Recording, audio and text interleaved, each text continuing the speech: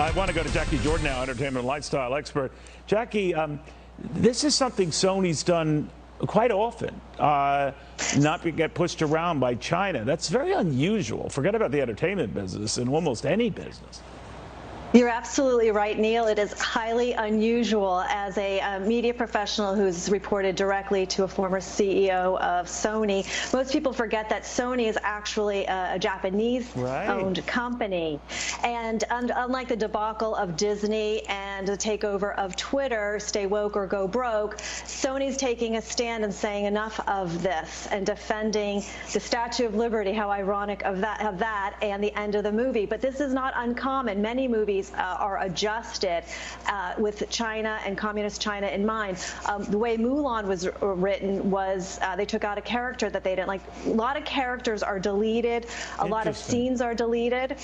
Tom Cruise movies are very, very popular in China, and even down to the details that are cut out of movies. In Mission Impossible 3, the Chinese government didn't like the laundry on the roof of the buildings in Shanghai when Tom Cruise is running across the roof, and so they had the dirty laundry deleted. And so here in America, we don't recognize that this is happening. So for Sony to take this stand, it's quite a big one to take. And to your point, it's not the first time they've done this, dating back to the interview, the North Korean spoof that had the North Koreans and the Chinese angry at the same time, but Sony didn't change a thing.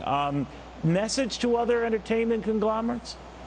Say no. I think Americans have had had enough, and so it's like this is like the perfect symbol, the Statue of Liberty being the perfect symbol of our freedom and our right to free speech and our right to freedom. And to I think Sony's Spider-Man movies in China alone made $100 million in this Tom Holland franchise and $200 million in the second franchise. But something about that, Sony's saying that money isn't worth it, and I'm really happy to see a media conglomerate as big as Sony, as influential as Sony, to take the take the stand for Americans. Yeah, and also take a stand against interfering with artistic reference here. I mean, because that could be a slippery slope too. It's a message to other countries as well. Tool it, right?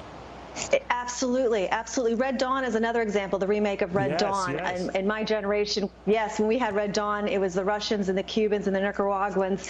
And China, in order to have that movie played there, they wanted the enemy to be North Korea. So they've been very influential and very specific, and we should pay attention to that because it's it's a subtle form of propaganda and programming that we're not even aware is going on in our filmmaking. We think we're just watching entertainment, and there's a lot more politics going on than meets the eye. No, I think you're absolutely right on that, Jacquie. Thank you very much, Jacquie Jordan. And to Jackie's point, I think you could tell a lot about a country when it even involves itself in silly stuff like this. It says a lot about their image making, even if it's built on lies and misrepresentations.